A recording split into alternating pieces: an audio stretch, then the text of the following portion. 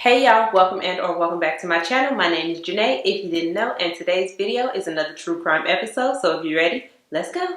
Alright y'all, so before we get into the video, I want to give y'all a little bit of nail cam. I did my first sweater set this week. I'm so excited. They're so cute. I couldn't decide which color I wanted to do, so I just did them both. And I'm so like impressed with myself again. I'm not trying to sound like into myself, but I honestly just be trying stuff just to see if I can do it. I'll see it and try to figure out if I can do it, and I'm doing it, y'all. I really am, and that just makes me proud of myself, really.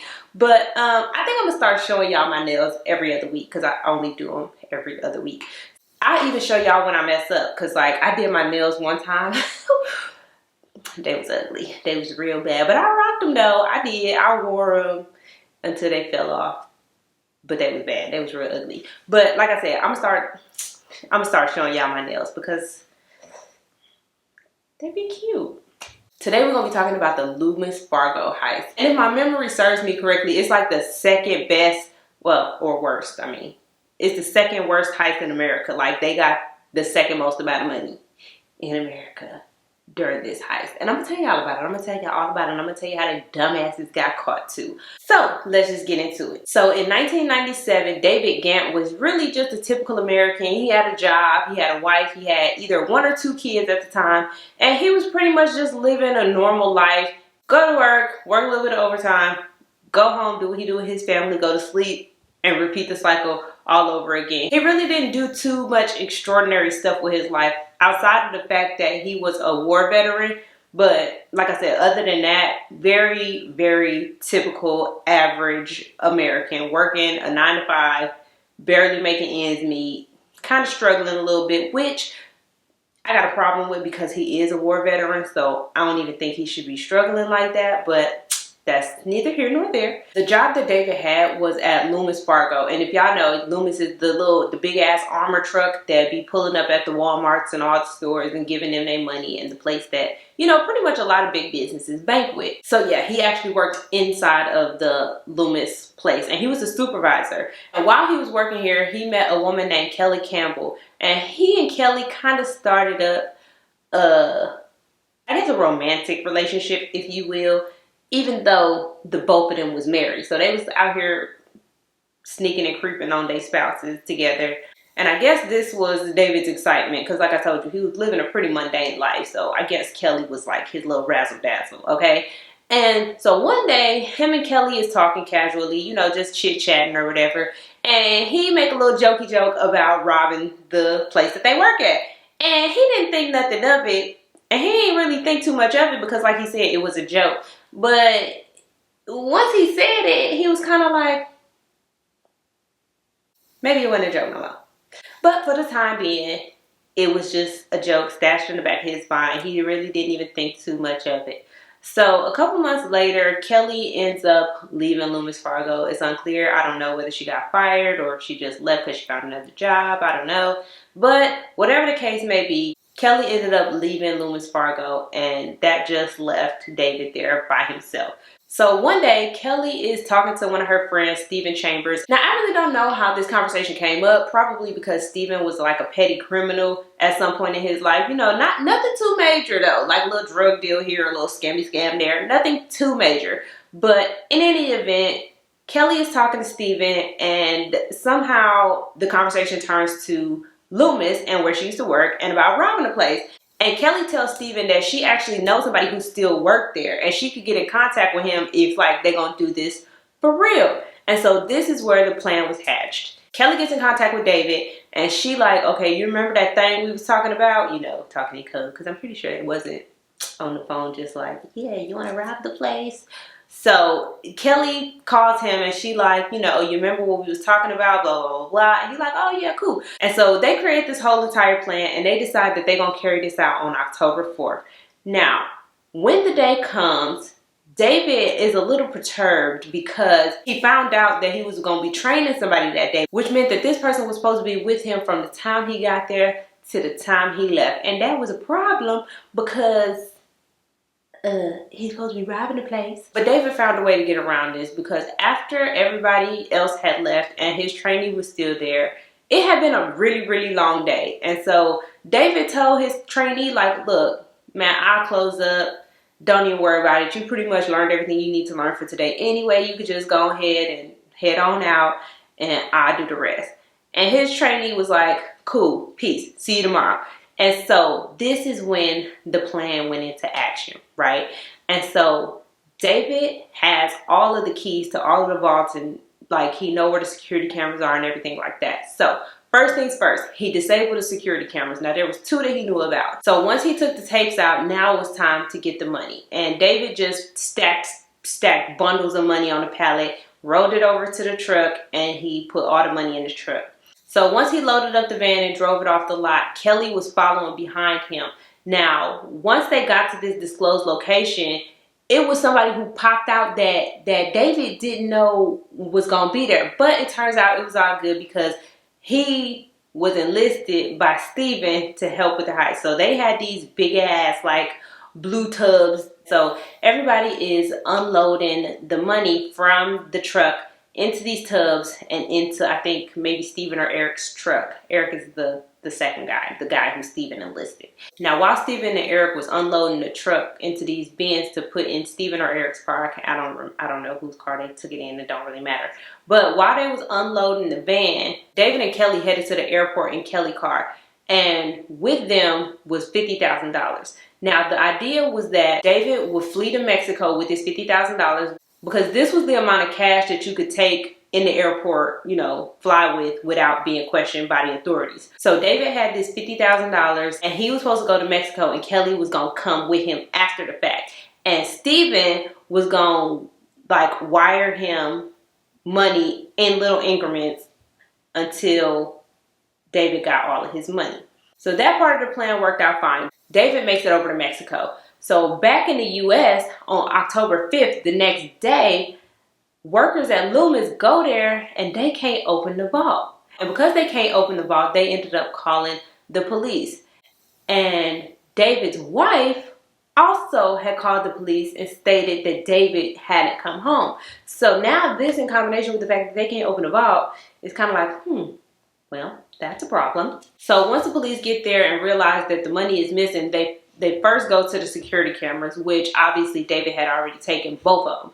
But what David didn't know was that there was a third video camera. Because I know often in places like this, there's cameras that all of the associates know about, but there's also cameras that are super duper hidden that none of the employees know about for reasons like this. And so there were actually 3 cameras recording David, and he didn't know that. And so the police go and get this third video camera, and they see David unloading the vault and putting all the money into a van. But they knew that David couldn't have carried this out by himself because it was a lot of money. David had managed to take $17 million out of that vault. And so they already knew that they had to find David, but they also knew that they needed to find his accomplices. So immediately they put the story out to the media and asked for any tips that anybody might have. And at first, it was kind of like, nobody was calling. But they did end up finding the van shortly after the fact. And when they found this van, they found the 2 security tapes, and they also found that $3 million had been left. But that was all they had, and David's name. But they didn't know where he was at all. So they go on this manhunt to search for David, but they can't find him. They questioned so many people. They questioned his wife, Tammy. She said she don't know what the hell going on, and that he didn't show any signs of doing this. He kind of just upped and left. He left his wedding ring in his car because they had found that too. And just like, she just was mind blown. And everybody else that they talked to, including Kelly, said that there was no indication that he would do this. And Kelly also said that she ain't talked to him in a minute, so she don't know what the hell. And so the police really just had to go with it. But tips had started rolling in.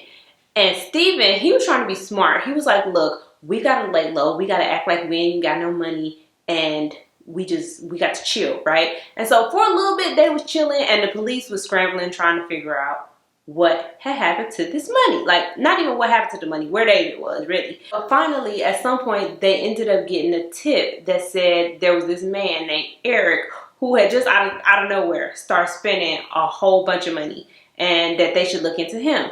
So when they started looking into Eric, they found out that he worked at I don't even know what it was. It was some type of facility, but the Loomis van was found behind this facility, or like across the street, or somewhere in the vicinity of this facility. So they like, coincidence? I think the fuck not. And remember, Eric was the guy who Steven enlisted to help. But they really couldn't prove nothing on Eric. So they kind of had to put him on the back burner, and they got another tip that said that this man had just bought a $65,000 house in cash. And that was a little bit suspicious. So they started looking into this man and his wife's financial history, and they found out that they didn't have no money prior to them buying this house. And that man was Steven, the one who said that they should lay low. Yeah, he wasn't laying low. So they had lived in a trailer like 6 weeks ago, and now he was buying a $60,000 home in cash. His wife, Michelle, had got a nose job, paid for that in cash. She had bought her a BMW, paid for that in cash. They done bought this $60,000 house, paid for that in cash. Like, they just blowing money fast, really, is what they doing. And so the police like hone in on them. However, everything that they did was in cash, and the cash, and it wasn't traceable cash. If y'all get what I'm saying, like, they couldn't trace the serial numbers. It wasn't marked cash. So they couldn't prove that Michelle and Steven was spending Loomis Fargo money. And by this time, they had put a wiretap on Kelly's phone just in case David called her, but they were still watching Steven and Michelle. So one day, Michelle go into the bank, and she asked the teller, how much money do you got to put into the bank before the feds start looking at you? And already the teller looking at her like, are you fucking kidding me? And so Michelle tells her, don't worry, it's not drug money. So automatically the teller, her little antennas is up, but she does allow Michelle to make this deposit and open up this account. But she do tell the feds because suspicious, hello. And so now the feds start watching her even closer. And so every now and again, she would go in and deposit money into this bank account. But the police could never really confirm that it was Loomis Fargo money because, again, its serial number wasn't traceable. And so one day when Michelle is making a deposit, she hands the teller a bundle of money. But the bundle of money got like that little wrap on it. And the wrap is a Loomis Fargo wrap. And right then, that's when the police knew. So out here in Mexico, David is running through his money, and he is quickly running out of his $50,000. And so he called Kelly. The first couple times when he called Kelly, the police, for whatever reason, are not able to get his location. So they still have no idea where this man is. But they do hear Kelly call Steven and tell Steven, like, look, I heard from him again. He asking for more money, Steven, he at this point is tired of David. Because Steven had no plans of giving David no more money. The little $50,000 that he left to Mexico with, that was all the money that he was going to get. Steven was not giving David no more money. And he was tired of him calling. So he decided to send somebody to Mexico to kill David. And so when the guy got there, though, he kind of told David, like, look, they trying to kill you. I don't think you should call them no more. You asked out at this point. Sorry for you. I ain't gonna kill you, but, like, I really can't help you. So this guy leaves after telling David that Steven trying to kill him. And David calls Kelly because he don't know that Kelly's in on it with Steven. So he calls Kelly and he's like, look, I need you to give me some more money. I'm in Cozumel, blah, blah, blah. So boom, police got his ass. So they take themselves over to Cozumel and they pick David up. And as soon as David see them, he's like, oh my God, thank God. Because he knew at this point that he wasn't getting no more money. So he was ready to snitch. And that's exactly what he did. He tell the whole story. He tell about the plan. He tell about everybody who was involved. And now they're going down. They all went to jail. Each of them did either between 5 and 15 years. I can't remember who did what. But I know they all out now. And all of them pretty much got caught because Michelle, in my opinion. Because if she would have never left that Loomis wrapper on that money, they would have never been able to prove that they were spending Loomis money. Now, David, he was just asked out. But if I was Kelly, I mean, I'm not that shady. But if I was Kelly, I would have stopped taking his calls. So they would have never found out where he was at, which means they would have never got to him where he would have never could have told on us. So between David and Michelle, they would have had to see me. They would have had to see me. They would have had to square up after we got out of jail. But anyways, y'all, that is the story of the Loomis Fargo heist. Y'all, please let me know what y'all think about that story. Don't forget to like, comment, and subscribe. I hope you all enjoyed that story because nobody died. And I will see you all in the next one. Bye. So, if you're ready, oh, I already said that. And while he was working here, he met a lady named Kelly.